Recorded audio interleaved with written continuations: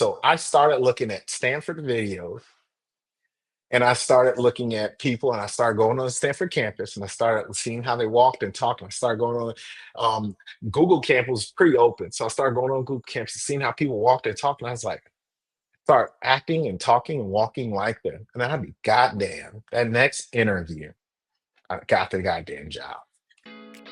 Welcome to Behind the Work, the show where we focus on all things leveling up, glowing up, and becoming our best selves. I'm your host, Jessica Santana, and I'm bringing you the tips, tricks, and strategies that help us reach our highest potential. So, whether you're working at a company, building your business, or you're just trying to level up, this is for you. At Behind the Work, we believe that we all have to go up together, so make sure you're tapped in.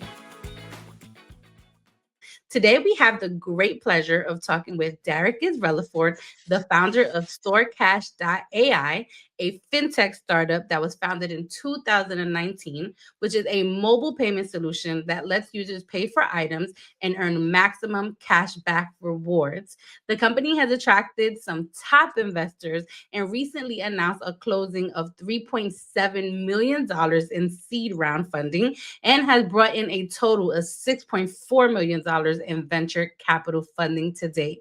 So, Derek is welcome to Behind the Work. It's So, great to be here. oh, of course, I'm really happy to have you. So, I know, obviously,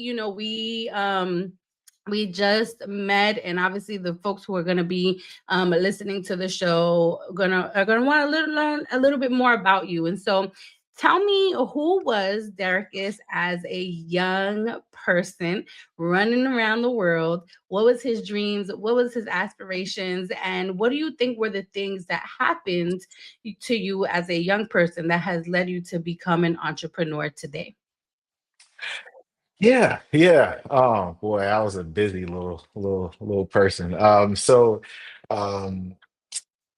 I would say first starting off, my grandpa, he owned a Ritz hotel, so he was one of maybe 10 or 15 black males that owned hotels back then.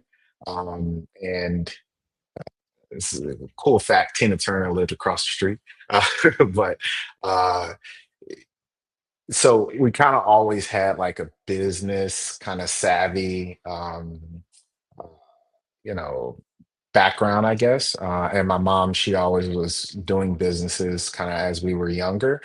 But we started business actually because our father, he um, had a drug addiction, and there was maybe about 20 or 30 times at this point where he would take everything out of house and sell it, to fund his drug addiction. And at 12, me and my brother, we had came home one day and everything like in the house was gone.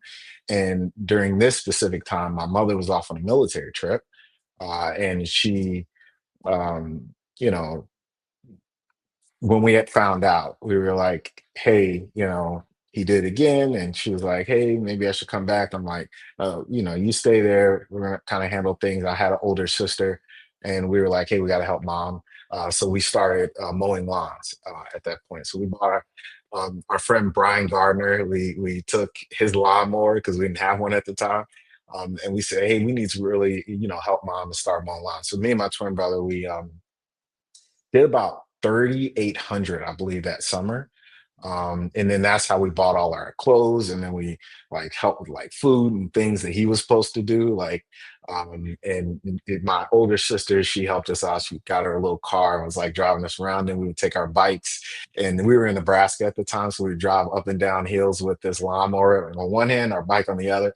And then we did that again that second summer and we did about 5,200. And then we had to move because we were military at the time. So when we moved, the Purcern had took over the lawn mowing at that location. So we then bought a hot dog cart, and then we used that as like a stand at different events, which then turned to a concession stand. So it's called Ritz Fish and Fries. My dad's hotel is called Ritz, or grandpa, his hotel is called Ritz. So we had called it Ritz Fish and Fries, and then it was funnel cakes, and our hot dog cart was in the back, so we were doing hot dogs, and we had started that at 14, all the way up and through high school. So we were doing like $6,000 on weekends in DC, Maryland area, and then we went into college, Penn State. Halfway through, got the itch again, and started a chocolate covered strawberry business. I look back and I laugh because we were definitely thinking about women at the time. We started the chocolate strawberry business. And my mother, she had went overseas. She was amazing and supported us so much during this time, and went overseas and got some money from Afghanistan, and then we put some money in. We put about 25,000, a bunch of money at the time, and we took that to about 2.2 million in about 2 years. And then was featured on Steve Harvey show, Kiplinger magazine. Almost had our own TV show. We were supposed to be a chocolate version of Cake Boss, so we had a sizzle reel company come out, the one that did Johnny Cake Plus 8, and they came out and almost got the show, but didn't quite get it. But that then led to 3 stores on the East Coast, and it started moving more into the stores. We wanted to stay more online, so we later sold that company. And then I always wanted to be in Silicon Valley. I was always a tech guy. I was loved like tech and all. So I drove cross country at that point, and got some great opportunities to work at Apple, then Facebook and Google. And then while I was at Google, got the itch again. Man, I was getting paid really good money. Uh, I gave all that up because I wanted to start another startup, of course, called StoreCash. And I got some of my friends together, and we started up, got in Techstars, and then from that point, got some really great investors to back us, and we're here now. So worked That out pretty well. Yeah, that's really, really amazing. And I think what I really love about the journey that you described is one, I always tell people that some of the greatest founders I meet are those that create things really early on based on the things that they are forced to create out of need, right? And a lot of times, I'm even thinking about my own story as a founder. Like, I've been an entrepreneur since I was like, I want to say 12, right? Like, I was the traditional lemonade stand girl in the hood. I was trying to make sure that like I was helping my mom and dad get enough money to buy me new school clothes.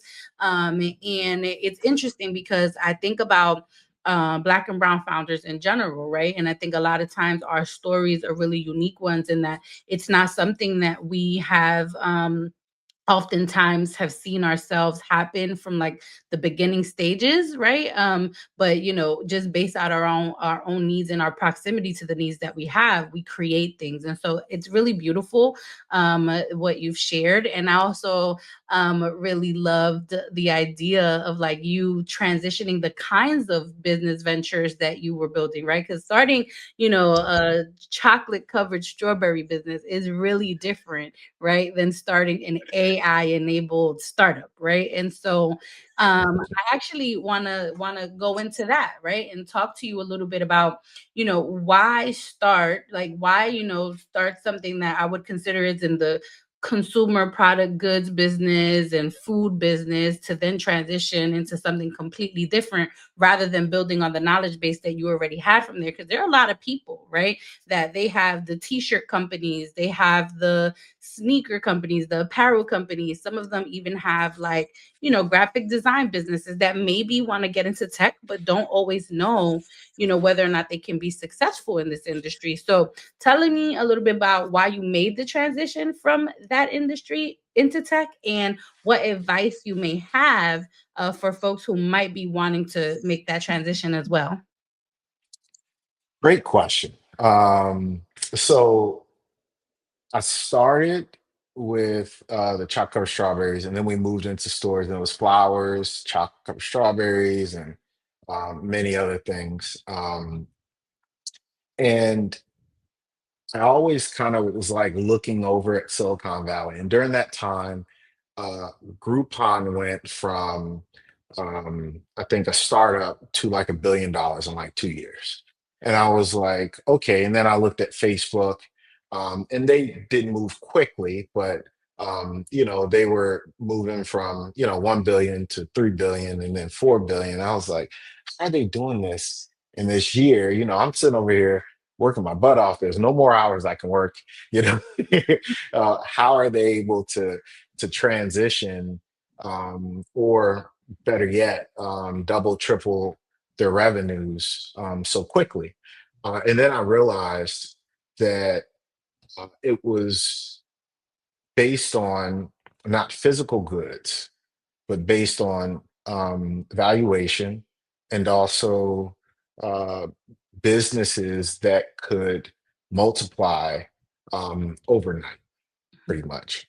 And that was part of the reason why I wanted to go to Silicon Valley, to like understand how these things are happening, and why I want to work at some of these different tech companies.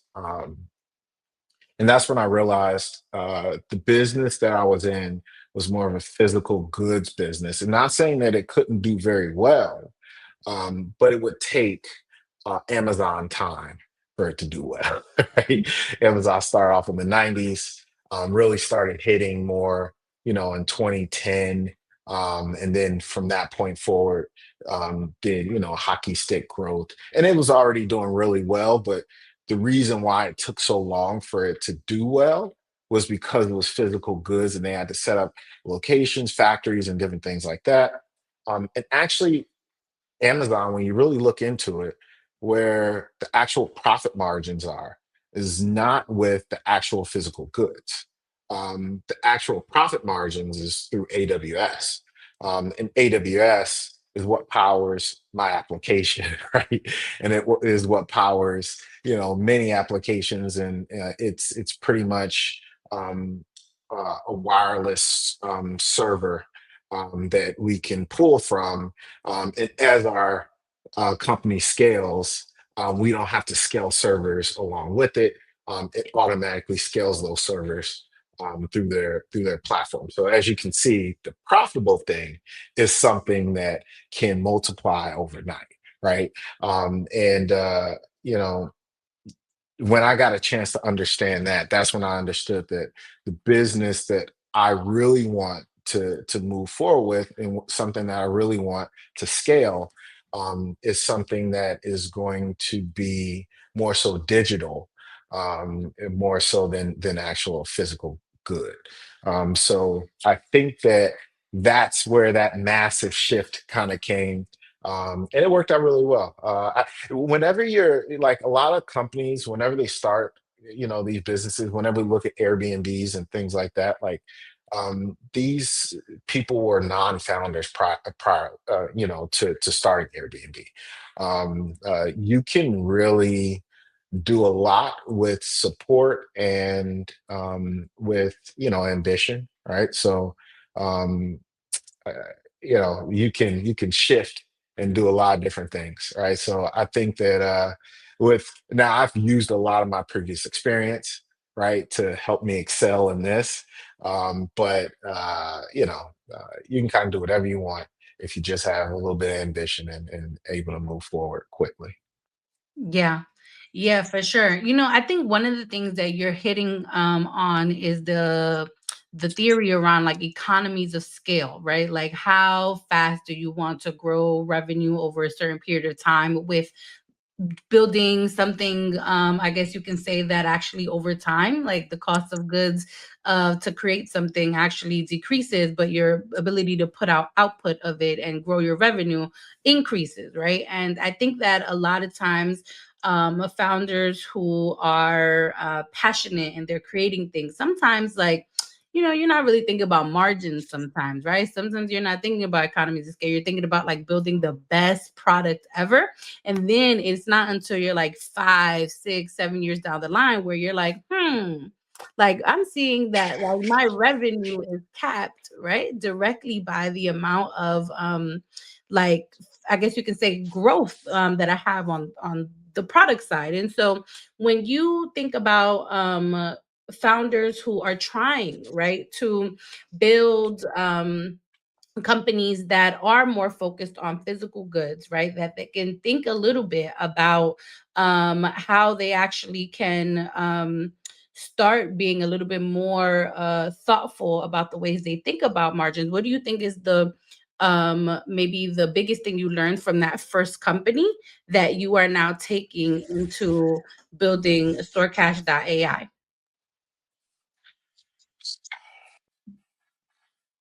One of the biggest thing that I've learned from the first company until now, mostly management and leadership. Um, One of the hardest things I would say uh, has been to um, look calm while there's wars brewing behind you. You know, I want to say maybe 2 weeks ago. Um, yeah, but no, actually a week ago. I think it was a week ago. There was 3 days where I thought if we didn't do this thing, the company was definitely going to die. And they were saying that they were not going to allow us, our vendor was saying that they were going to cut us off and that was going to stop everything. So we were definitely going to die. So I was like there. And then I said, okay, well, we need to look for a backup plan. And the problem with the backup plan was there was no other option because we looked at 4 backup plans and they all said, no, we're not big enough specifically for that. So that was also a kind of a dream killer.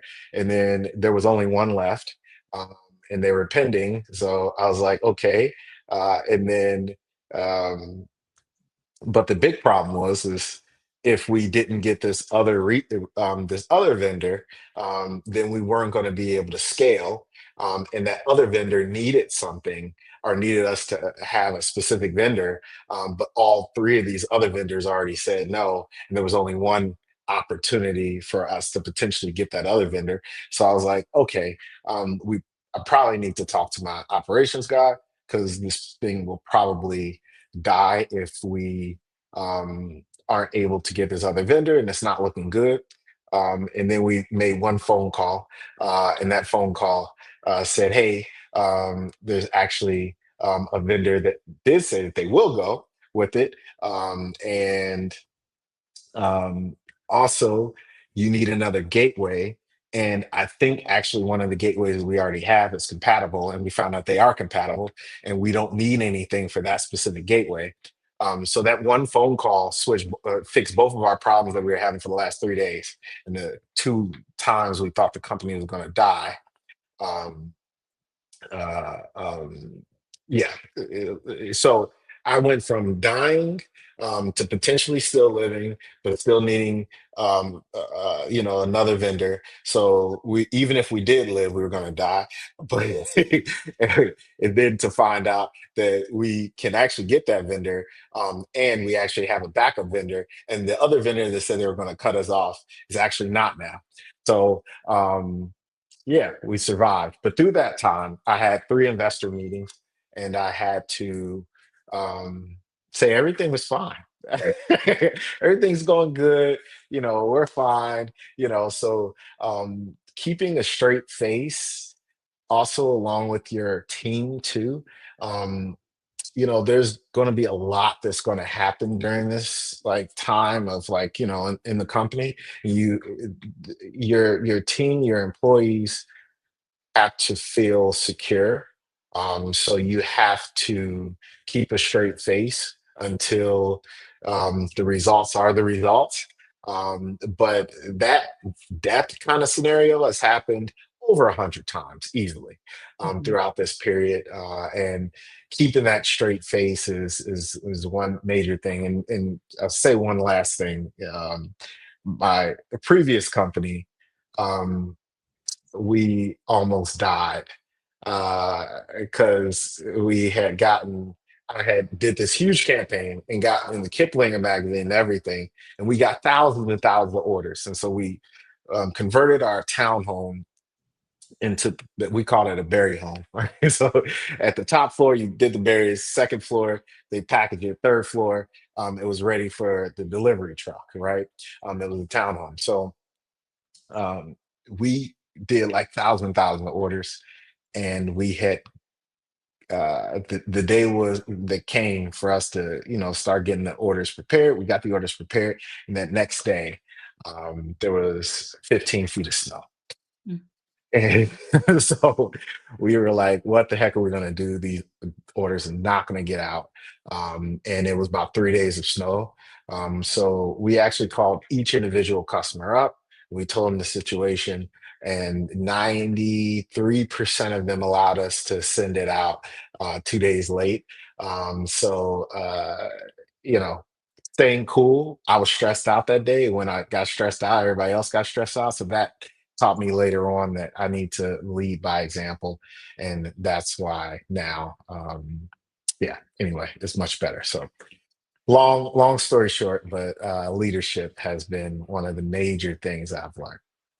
Yeah. Yeah, Mhm. I think I always tell people so what I do outside of the podcast, which I was telling you about, being I had to learn the difference between what it was to be a founder and what it was to be a CEO. And I do think those two things are very different, right? I think in the beginning stages of what I was building, I was super passionate. I wanted people to just get it. I was not thinking about like the emotional or psychological safety of my employees, right? I was more just like, I gotta get things done. I gotta get things done. I need you to get things done. We need to be moving at the speed of light. And the thing is, I've matured in my own entrepreneurial journey. I realized, like, one, you can't really build amazing things without a team, and your team can't really feel invested in what you are building unless they feel safe, right? And then when you couple that with all of the things that sometimes go on in this external environment that requires you to think like a magician, right? It's like 1 minute you're managing the psychological safety of your team member, and then the next minute you are talking to an investor of some sort about a multi-million dollar deal, and then 5 minutes after that you're deep into financials, right? Looking at your P&L. And Yeah. I do think that requires a little bit of magic, right? And so the one thing I learned though is that because of the mental shifts that I have to do on a daily basis, as being a founder and a CEO, like I also know that there are times where I need to take care of myself, right? And I need to put myself in a position where I'm pouring into me and making sure that knowing that I'm investing in myself is also a guaranteed return into the business that I'm building. And so when you think about the practices on a daily basis that you've implemented to make sure that you're also safeguarding your well-being, what are some of the things that you do to take care of yourself, if you do anything? And why do you think that those practices are important, regardless of what you are trying to accomplish with your startup? Oh man, you're asking some good stuff. Great questions, man. Because this in the month of July is where I just started prioritizing my mental health. Like, um, you know, of course, I talked to a therapist. You have to doing this. And we had just started chatting, and she was like, how much are you sleeping now these days? She said, because what you just told me that happened to you this last week is stuff that most people would have to deal with in a year's time period. Like, how are you sleeping? And I was like, oh, I don't know, like 2 hours, maybe 2, 3 hours. She's like, oh, for the last week? I was like, probably since January. She was like, oh, that was like, so every night? I said, oh, I might get like, 6 hours, maybe one time, maybe one time every week, maybe bi-weekly, but like most of the time it's about 2 or 3 hours. She's like, yeah, we got Daricus, we gotta chat. Like, this isn't good. Like, you need to really like prioritize yourself, and what are some things that make you happy? And I was like, the business being successful is what makes me happy. Like, she's like, yeah, we gotta get something better than that. So I had to actually take about 2 or 3 weeks away from the business. And yes, I answered some questions and things here and there. But even it got to a point where my investor was saying, "Hey, um, you got to prioritize yourself for a little bit, and you got to take some time away. And if that's a month, I'm I fully support it. You know, if we got to explain that to anybody else, I'll be the one to explain it." I was like, okay. I mean, I guess I didn't understand what people were saying because I'm used to being under massive amount of stress, you know. But then I started realizing like I haven't gone to the gym in so long. Like I haven't like just like watched TV shows, like just things like that. And it was a beautiful 2 to 3 weeks. And then I started realizing like, spending time with family and things like that was so far overdue. So now, what I do is I take at least an hour out of my day to do something for me. And then I do now massage like twice a week. And just to like, after 5 o'clock also too, I shut things down unless it's like important, and it has to go through David. So I shut things down, and then I just spend time with the family. So um, it took a little while for me to kind of get to that point, but I'm glad you asked that question because I've been so much nicer and easier to deal uh, with the people that I talk to, even from the business, and also family members too, just because now I'm prioritizing me a little bit more. So, Yeah, yeah, for sure. And I think that it's a topic that it's a little bit taboo, right? Because I think that in our space, people are like, you gotta go, you gotta feel fast, you gotta move at the speed of light. And at the same time, like we also have to be human centered, right? And honor that like our bodies need water, right? And our body needs sleep. And I wish that somebody at some point in time told me this earlier on in my founder journey because man, like there were moments where I was crashing out and it was because I hadn't eaten. You know what I'm saying? And somebody would have been like, Des, go get a piece of bread. Go get a piece of bread. It's going to make all of the difference in the world. But I think my own fear of like being vulnerable in that way really impeded on my ability to manage my emotions correctly when things weren't going well. And now, obviously, as more seasoned as you get, you realize like there are human needs that you got to take care of. And so, I'm happy that you were able to share that. I really appreciate it. And so, what I want to talk to you now more about is, oh, go ahead. One quick thing too, because um, this is what kind of got me to like do the shift and actually listen to my therapist. So I was, there's, I'm sure, as you know, I think I'm top 70 when it comes to black males that have raised as much as I've raised in VC.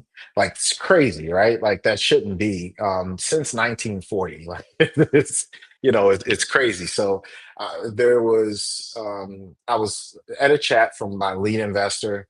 And there was a guy, he was talking, he had sold his company, he's black, right? Sold his company for $120 million, made a boatload of money off of it. We was at one of his houses in the hills, overlooking the city, right?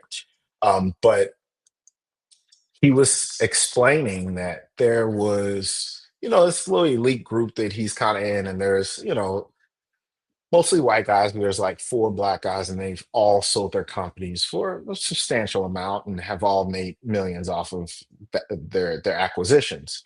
And he had went to this event, and there was he was around like four of the black guys there, and he was like, they said, we haven't heard from you in a while. He was like, oh man, he said, and he was in his 30s at this time. I said, oh man, he said, I had a heart attack or a stroke. It was one or the other. Heart attack or stroke. And he said, and I just got out of hospital, man. It was like, and they all said, oh, you too.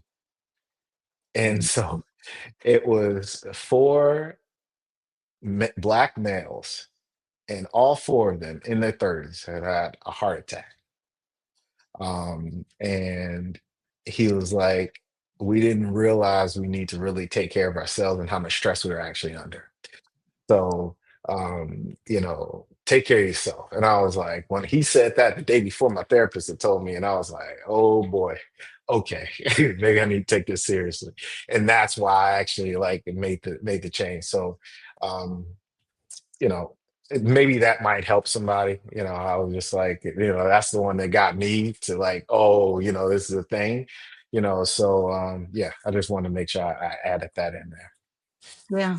Yeah, no, I appreciate you sharing that story because one, health is wealth, and I think that a lot of times when we have really big visions for ourselves, like everything else seems to fall to the wayside because we're so focused on getting to that outcome. And I think that those moments where, life gets real and life gets scary, like it's it's important that we do take the step back to reassess, like, is it that we want to get to the outcome, or is it that we are committed to getting to the outcome in a certain way that is also going to honor all of the other needs that we have as people? Because, again, like, yeah, I have, thankfully too, our Lord and Jesus Christ. I've not been in a situation where my health was, at stake, in terms of like the physicality of me, but like my mental health was, right? And I realized, like, in order for me to get to the outcome of like a 10-year longevity, as a founder, really being able to celebrate that milestone, that was only going to be able to get there if I also like gave myself the opportunity to create a space where I was asking myself important questions about how I wanted to tell the story of my journey.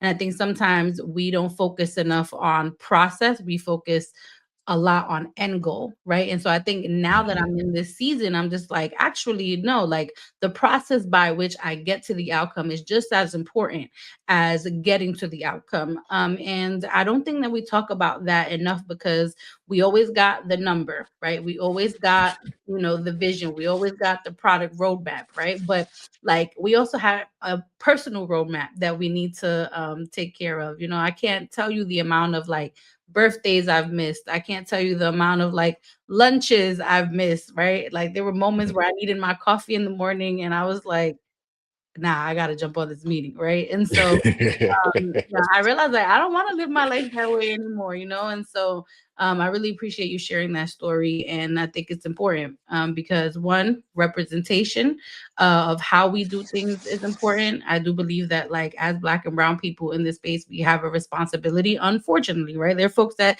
don't see themselves having this responsibility. I'm not one of those people. I just think that, you have a responsibility to do things in a certain way that gives permission to people that look like you to also feel like they can accomplish those things, but also, modeling the kind of behaviors you want them to exhibit along the way so that they're not making the same kind of mistakes that you did, and that you're actually living a life that is fully full on the inside and out, right? Not just the exterior looking nice, but like the interior too. You know what I'm saying? Exactly, exactly. You hit it on the head too, because the stress of making sure that you don't mess up for the person that comes after you, is huge. So, hit it on the head.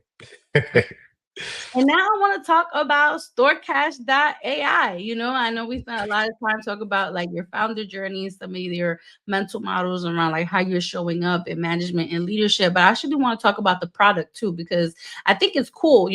It's one thing to be a Black founder, right? But it's another thing to be a Black founder in the fintech space, right? There's not a lot. There are not a lot. Like I've met obviously Evan Lee Part, who introduced us. My friend Sheena Allen, that I've known for a long time, she had a fintech startup called Capway, and she was on Behind the Work a few months ago. And so, every time I get to talk to people in this space that marries technology and finance, I get really excited. And so I want to go deeper into what made you want to start StoreCash.ai. What problem did you see exist, and what do you think the company actually helps to solve? Yeah. So StoreCash.ai is an AI cashback and savings platform. And one big thing I think, so when I was at Google, I got a chance to really understand how retailers operated and how they were willing to give so much money back to Google, right? To bring customers in the door. And, you know, from my upbringing, and always being strapped for cash and things like that. I was like, why is this money not going back to the actual person that's going into the store, right? This should be more so of a loop back to the customer, more so than a big loop and going back to the big guys and then going, to the customer not seeing anything on that end. So, that's where I wanted to kind of make that loop go back to the customer. um, with that too, you know, as I kind of got older, I always saved money, and I always made sure I was saving up money. And even when, I was younger, um, coming right out of college, I had a lump sum money saved, and I was always like, I'm saving this money, to make sure my family is taken care of, and to make sure that I can buy a house and make sure I can do this. And that money grew over time. Um, so I would always save. It got me to the point where, I've been fortunate enough, to buy a house in a very nice area of Los Angeles. And, that took a, hundreds of thousands of dollars to put down. And that savings, is what got me there. I think whenever you're looking at any major purchase or any purchase that changes your life, or any stock that you want to put your money into, it all comes back to saving money, right? And you need to really do that well. And whenever you're looking at underserved communities is where we focus all of our attention. There is no money to save, right? Once they go to their stores and go and buy the things they need to buy, or they go fix their cars, or anything, right? There is no money essentially left over. So why not have the places that they're spending this money at help them save, right? So that's why we have Jiffy Lube on the platform. It's 8 or 9% cash back. So you go in and spend $300 at Jiffy Lube, you can get $30 in your savings, right? Whenever you go, to the Walmarts, the Targets, any of these retailers, and we have about 400 major retailers on the platform. So the Subways, the Chili's, the Petco's, are all on the platform. And ultimately, they're trying to make sure they help you save money. And then in return, that's pretty much what Store Cash is. And hopefully, you take those funds and then you put those funds to investing and things like that. We're actually in talks with one of the biggest companies that does investing. You probably know it from that point, but I can't say much about it. But to work with them to utilize Store Cash to allow you to use those savings to invest, right? So I think that we're targeting one of the biggest things that you really need to do in order to change your life, in order to change the trajectory of your life. And that's why we really wanted to target this part of the financial space. And I think we're doing a pretty good job so far.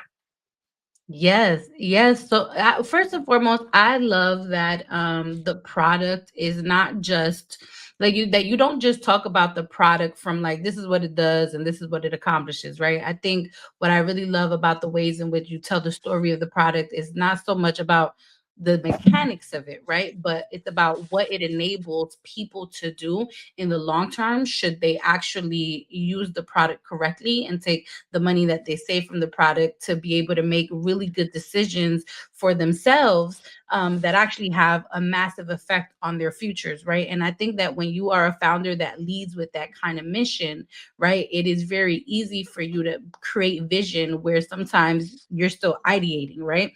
And so when you think about what the product has started, what the product started as in 2019 to now what you've been able to learn in the iterations that you've made along the way, what were some of the things that you made sure that you prioritized in listening to your users, in terms of like the kinds of features that you would have to build in along the way to really make sure you were serving their needs?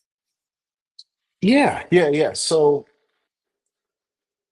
when we started off in 2019, there was a few different ways we were doing cashback. So we did cashback in kind of a basic um way that everyone else does it, like, hey, use your card, get cash back. um but as we were kind of looking at where all your money goes throughout that process, we saw a lot of ways we could get even more cash back than even the bigger guys. And when I talk about the bigger guys, I'm talking about the Rakutens, the Dashers of the world. a-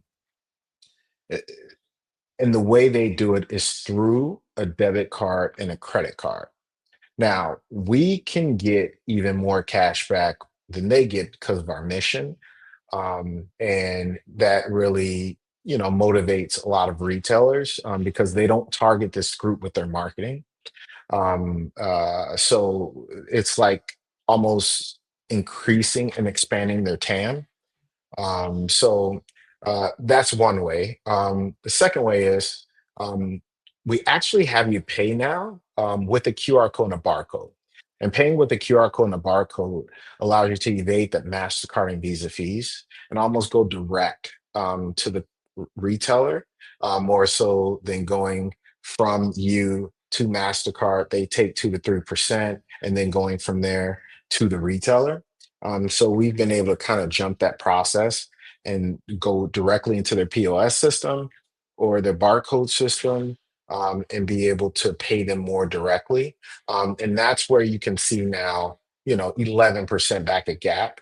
You can see 9% back at H&M.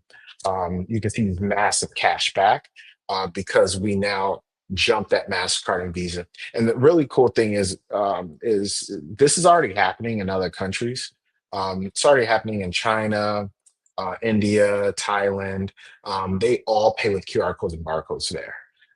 They've already eliminated MasterCard and Visa. And the good thing about this is when it comes to fintech, you can almost, pretty much tell what's going to happen in the US just by looking at what's happening in other countries, because other countries adapt to fintech more so than we do, because other countries trust their fintech and, services more than we do here in the US. And we have good reason not to. But for example, credit cards in 93. Um, like Burger King did a commercial saying that, hey, we're accepting credit cards. Everybody was livid, talking about, why do we need to put a burger on credit? If you put a burger on credit, you can't afford the burger. Didn't quite understand the concept of credit card. But as you can see later in the future, credit cards are number one. We're all using them, right? Or secondary when it comes to, um, uh, tap to pay. That came out in 15. No one was using it until we went into a pandemic. And then about a year or two later, they started using tap to pay, right? Took a little while for them to catch up. But in other countries in 2016, they were using tap to pay, everywhere, about 80% in Europe. That's why they have everything wrapped around tap to pay. So now, as we can see, countries are starting to eliminate MasterCard and Visa and go more direct.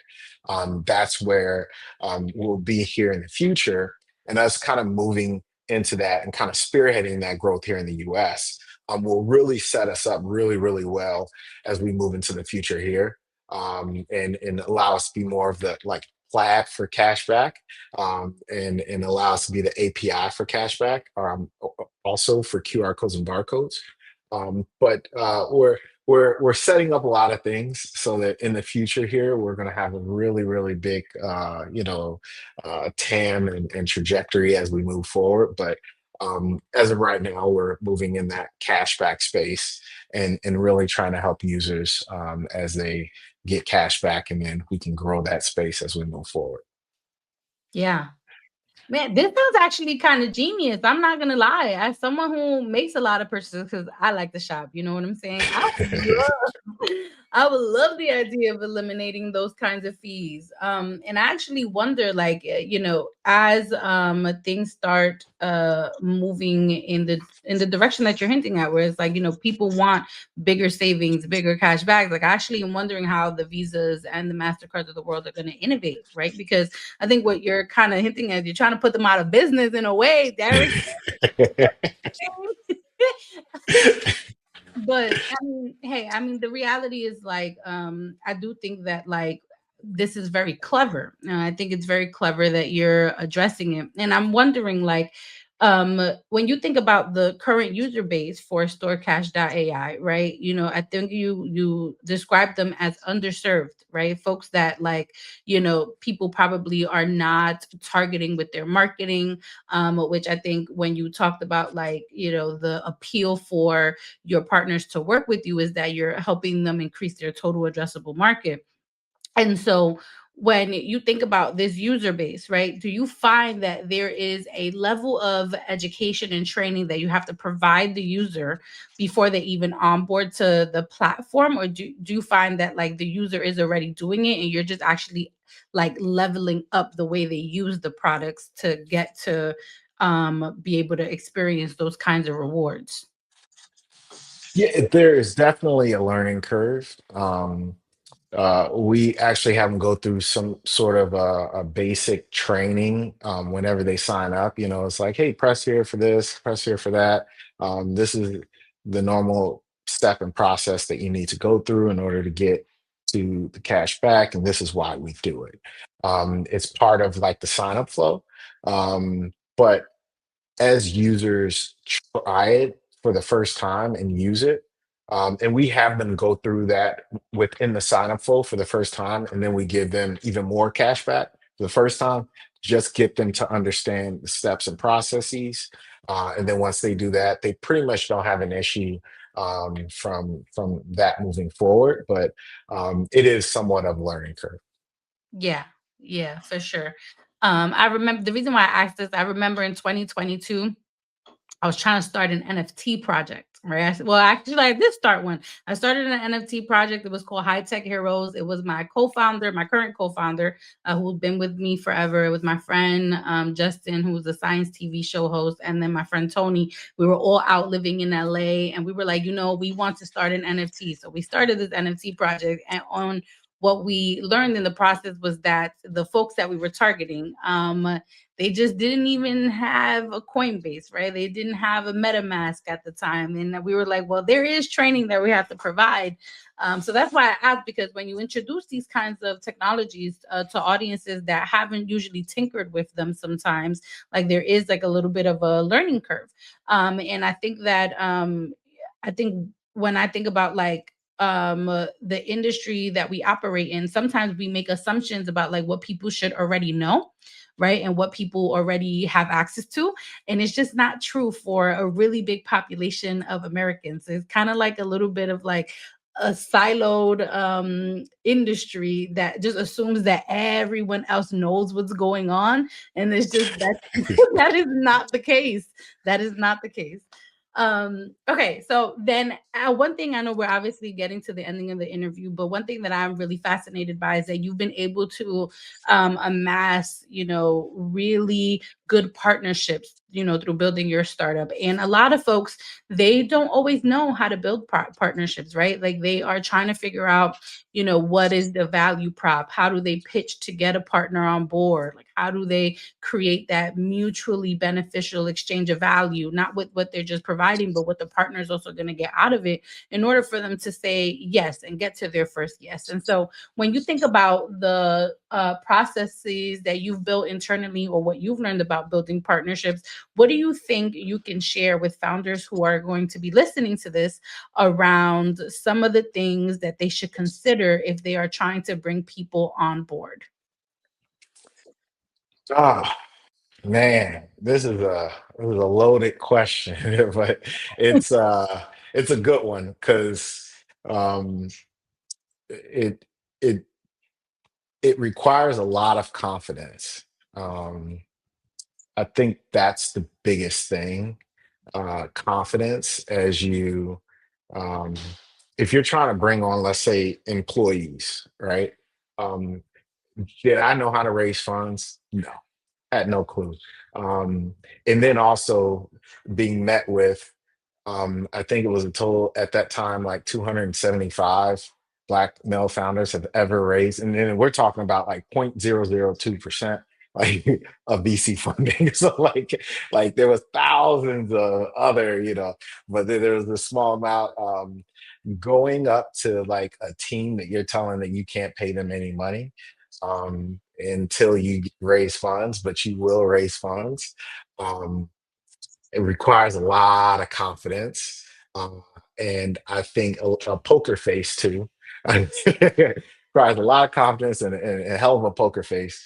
But I think that you have to truly believe what you're telling your vendors, what you're telling your investors, what you're telling your employees, potential employees, future employees, and I think that comes from within. And if you're having an issue with it, you really got to work on that component of it before you get started. And not and this is the hard part. It's the hard part is um, belief and delusion, and being completely delusional.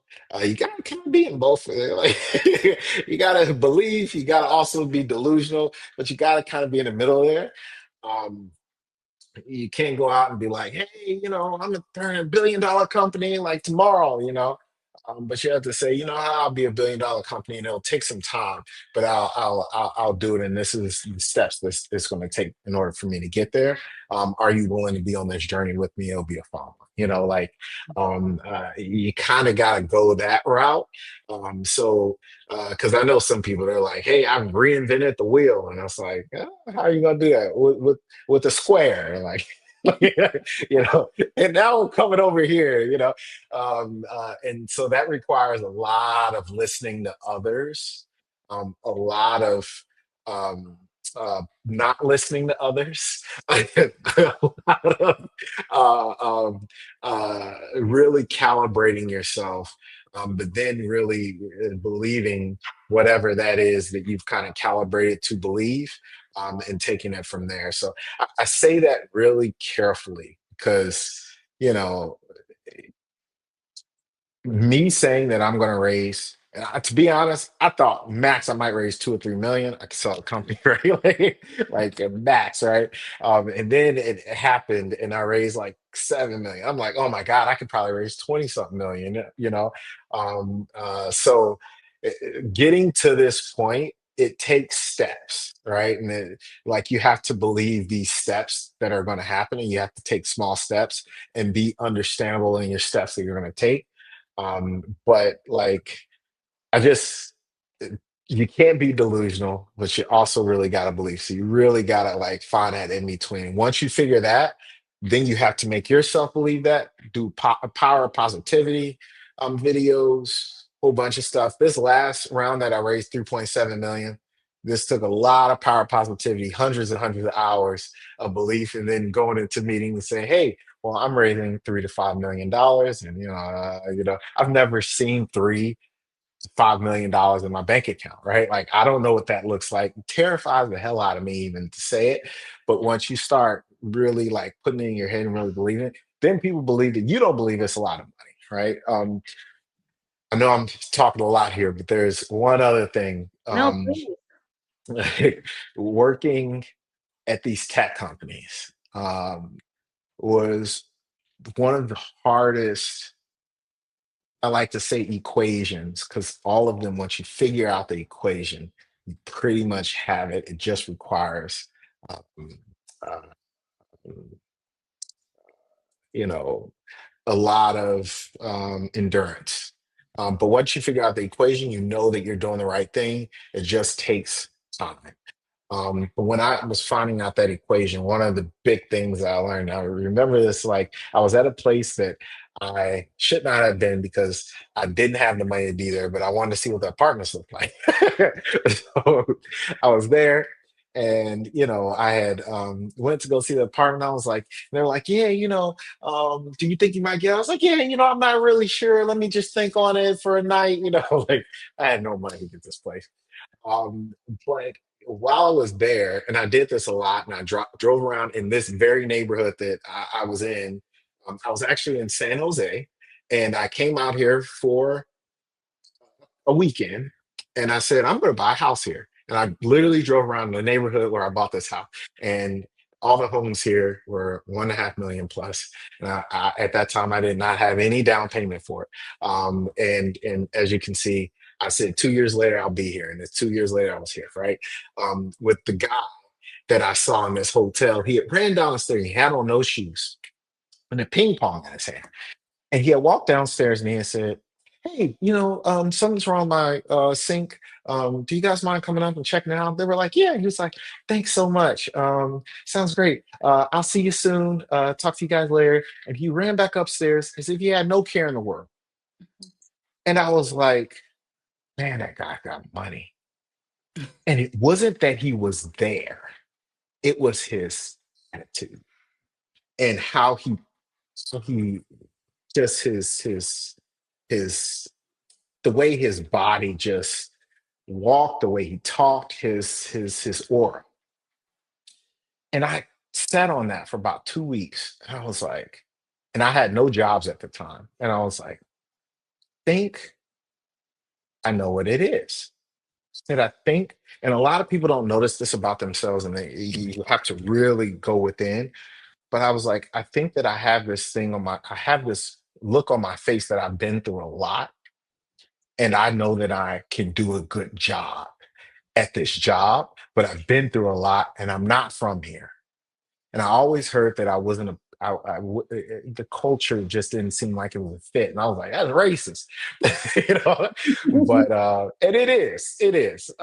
But you can trick people to believe that you're there. So I started looking at Stanford videos, and I started looking at people, and I started going on the Stanford campus, and I started seeing how they walked and talked. And I started going on Google campus was pretty open. So I started going on Google campus and seeing how people walked and talked. And I was like, start acting and talking and walking like them. And I'd be goddamn, that next interview, I got the goddamn job.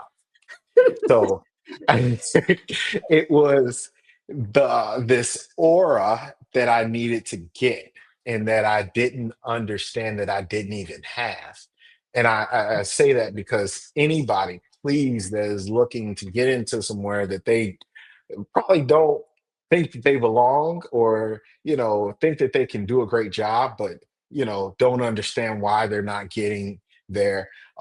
Really try to find out how those people are acting, walking, and talking, and try to mimic that, and you'll be surprised where you can get. So anyway, I'm done.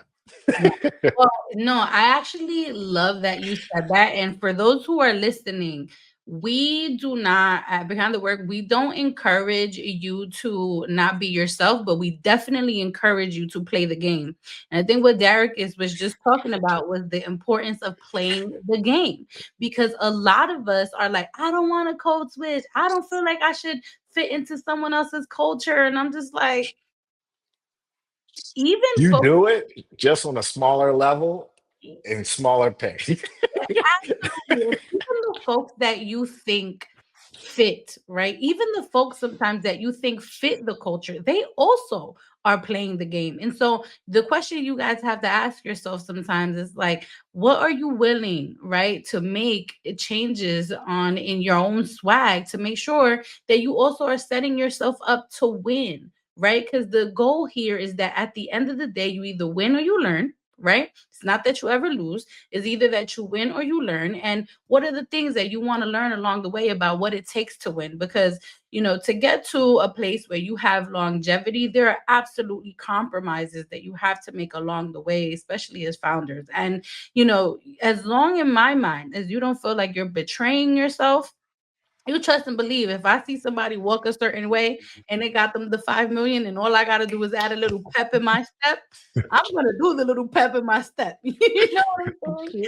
And so, Daricus, I really appreciate you being on the show. I appreciate all the gems that you dropped on us. This was a really fun episode. And for those of you who had the opportunity to listen today, I hope that you guys got something out of it and that it inspires you. Before we close out, do you have any final words, and where can people find you? Yeah. So you can find our app. It's in Google and Apple Store, just under StoreCash or StoreCash.ai. And me on LinkedIn, Daricus Releford. You can just add me, and I add everybody. Also, um, uh, encourage. You to understand how Jay-Z also played the game. He cut his hair and everything, and then now once he got the bread, he grew his afro back out. When I got the job, I grew my my, my beard back out. So do what you gotta do to play the game, but then you can go back to whatever once you get it. So yeah, that's I guess all I have to say. Yes, yes, and thanks. This encourages me that I have always, just fun fact, I've always wanted to get some fronts, not on a daily basis, right? Like I'm not gonna wear fronts every day. Maybe on a good Saturday, I want to wear some gold teeth. So y'all don't be surprised if y'all see me out here in the streets on Saturday. Thanks for listening. Don't forget to leave us a rating on Apple Podcasts, Spotify. Subscribe to our channel on YouTube and follow us on social media. Thanks for tuning in, everybody. See you all next week. Thanks for tuning in to today's episode of Behind the Work. If you enjoyed today's episode, make sure that you subscribe to our channel on YouTube. Check us out on Apple Podcasts, Spotify, and follow us on social media. I'm really looking forward to seeing and hearing how this show is leaving an impact on you.